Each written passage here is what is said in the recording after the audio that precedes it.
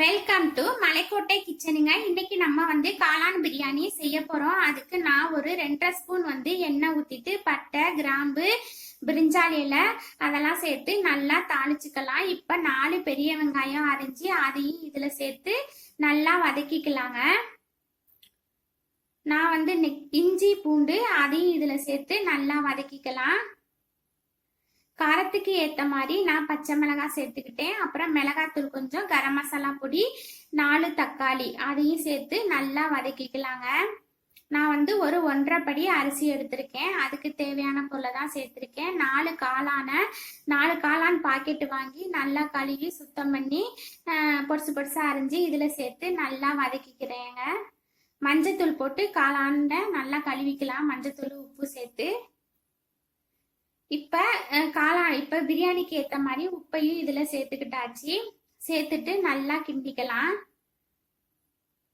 தயிர் 1 கப்பு அதையும் இதுல சேர்த்துக்கலாம். சேர்த்துட்டு நல்லா வதக்கிக்கலாங்க.